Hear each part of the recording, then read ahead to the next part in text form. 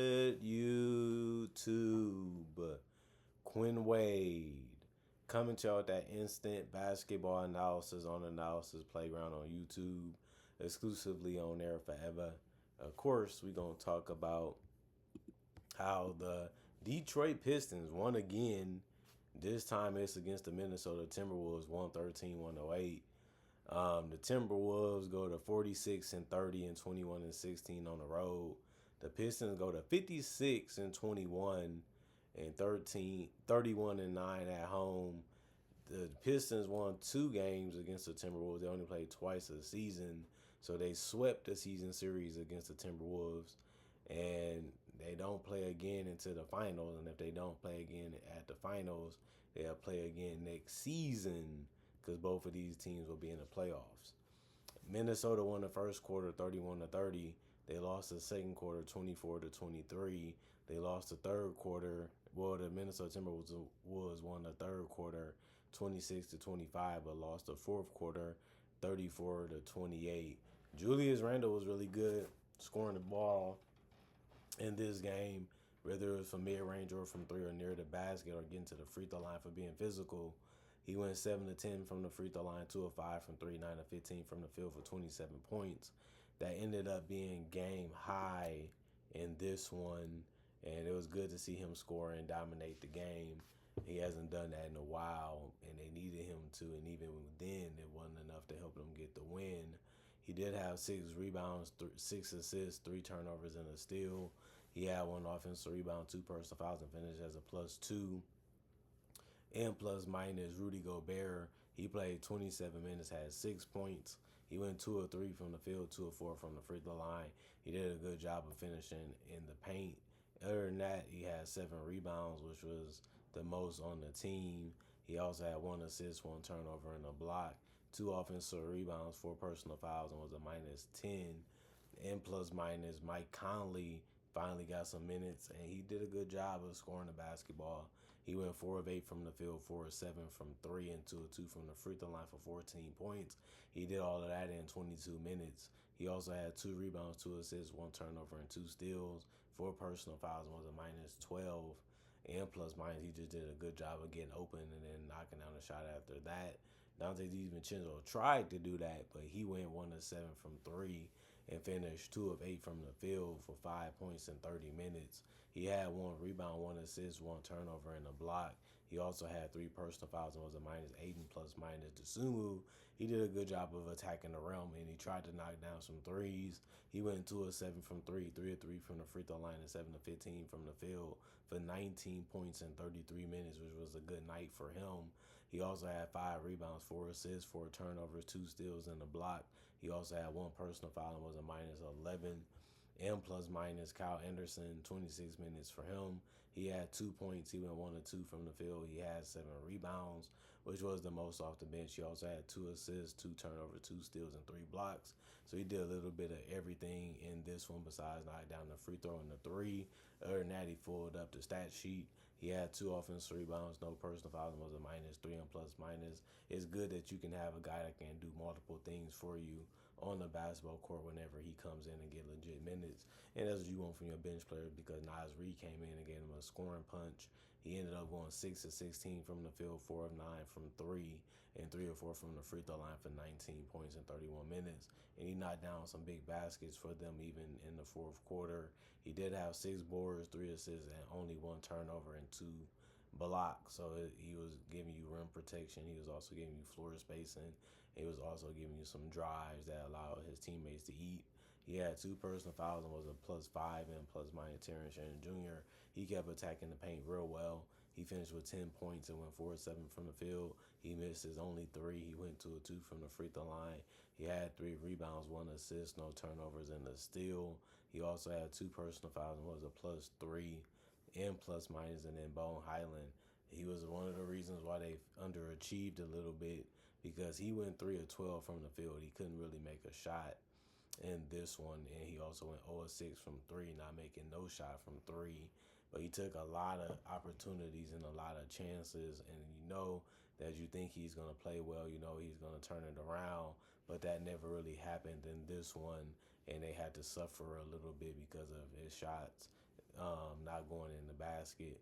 And it can happen that way sometimes. You never really know until you take the shot. You never really know until you make the move what's going to really happen. And he just didn't get the results that he was looking for when it came to trying to score the basketball. But he also had 2 assists, 3 rebounds, and 1 turnover, and 2 personal fouls, and was a +9 and plus minus by the end of the game. And then the Pistons, another good defensive game, made it tough on the Timberwolves to generate the shots that they wanted, and they was able to outscore them and play at a high level throughout the entire game. Tobias Harris ended up damaging his leg in this one, so he only played 6 minutes. He did get 2 points, and it was mainly because he made his first shot and his only shot in this one. He had 1 assist, no turnovers, and the personal foul and was a +3 and plus minus. Duncan Robinson, 29 minutes, he had 15 points. He went 5 of 11 from the field, 3 of 7 from three, 2 of 2 from the free throw line. He ended up getting open a couple times and was able to hurt the Timberwolves because of that. And then he was able to hit floaters and stuff like that too. So it was good that he was able to make some other shots too. He did make 2 of 2 from the free throw line, had 4 rebounds, 3 assists, 2 turnovers, and a steal. He also had 1 offensive rebound. The worst part of his night was having 5 personal fouls. They kept coming at him, they kept challenging him, and he kept getting suckered into things that he shouldn't have done or gotten himself into. But defense can be like that in the NBA, and he finished as a +10 and plus minus. Jalen Duren, he's going to go hard to the paint, but he actually hit a jump shot, showing you that he's not just going to give you everything you want when he's trying to score. He's going to get some shots that he wants too. He's going to do it his way also. He went 8 of 15 from the field, 6 of 10 from the free throw line. He had 14 boards. 5 of them was offensive, which is always a great thing to see from him. He also had 4 assists. The worst part of his night was the 5 turnovers. He had too many turnovers in this one. He also did get a steal and 2 blocks, 3 personal fouls. It was a +6 and plus minus. Sometimes you get the ball too far out. Sometimes you try to be very calculated how you attack, and they're able to counter it, and that can lead to turnovers. Sword Thompson played 31 minutes. He had 7 points. He went 3 of 6 from the field, 1 of 2 from the free throw line. And then he had 9 rebounds, 9 assists, 1 turnover, 2 steals, 3 blocks. Basically did a good job of making it hard for the Timberwolves to be able to get quality looks, and also made some good plays on the ball to get some opportunities for himself and his teammates by closing out possessions and taking the ball from him or making plays on the ball. And then he did a good job of finding his teammates throughout the entire game and rebounding at a high level.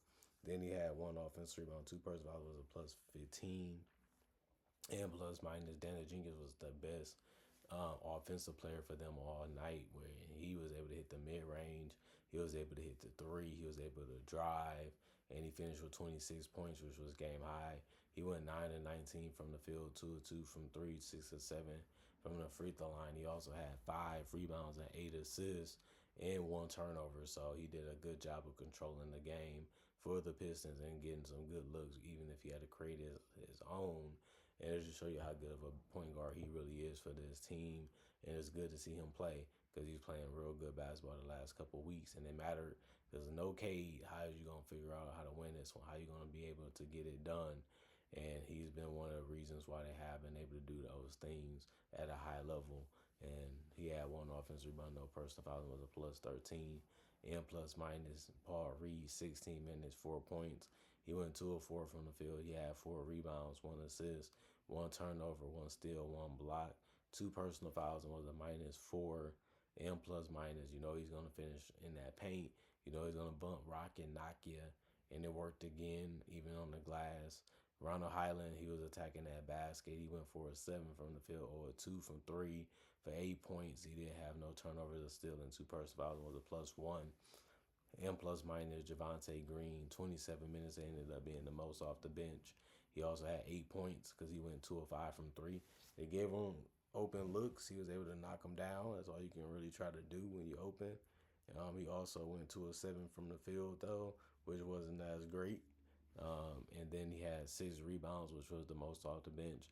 1 turnover, 1 steal, 1 offensive rebound, 2 personal fouls, and was a +3 and plus minus. Karis LeVert played 14 minutes. He had 7 points. He went 3 of 7 from the field, 1 of 3 from the 3-point line. He had 2 rebounds, 1 turnover, and a block.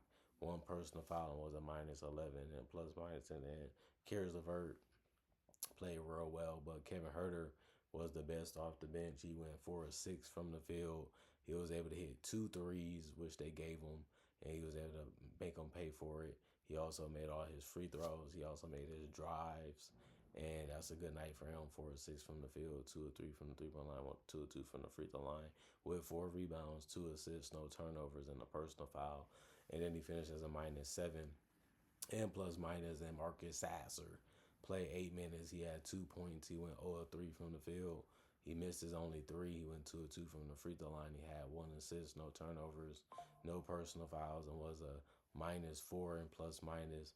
The team ended up shooting 48% from the field, and then the Timberwolves, they shot 44%.